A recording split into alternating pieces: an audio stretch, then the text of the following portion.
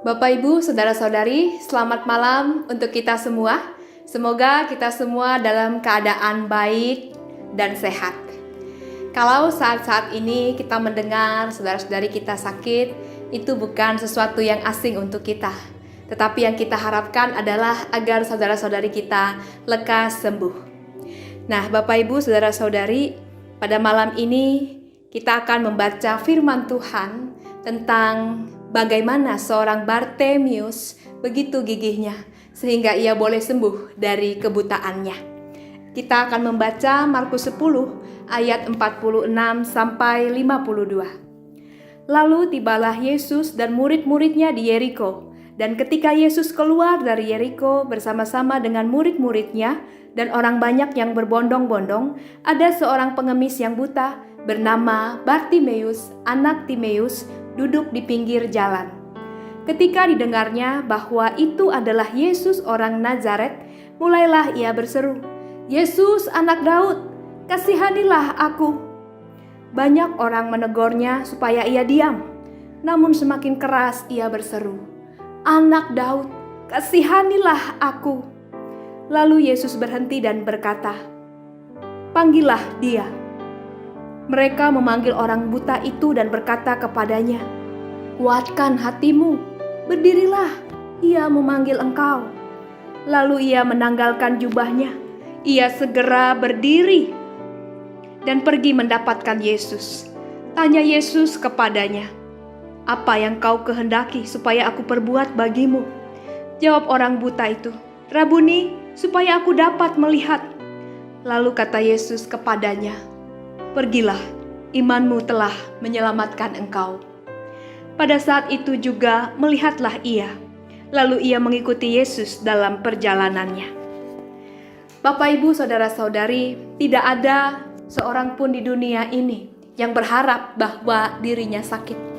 Mengapa seseorang bisa sakit? Mungkin ia kelelahan, dia kurang istirahat, dia kurang berolahraga. Mungkin juga ia kurang peka akan tubuhnya.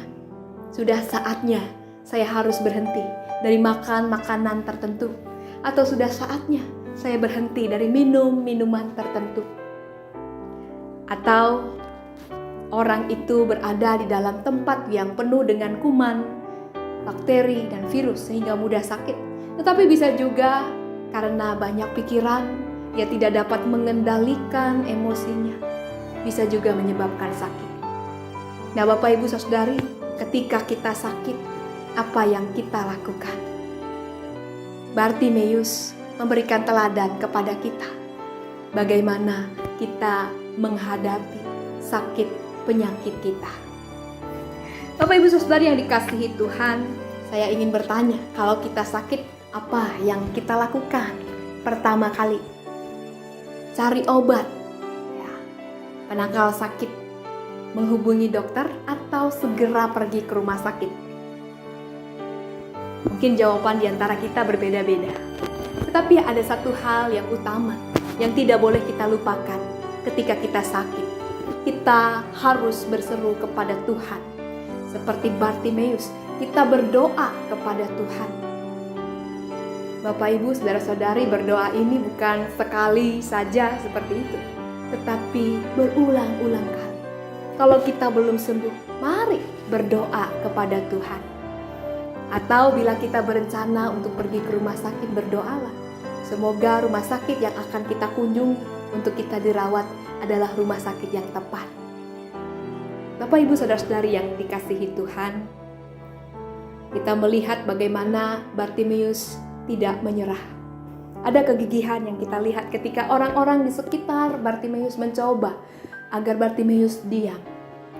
Tetapi ia semakin berseru kepada Tuhan. Dia berharap kepada Yesus yang menyembuhkan dia. Kadang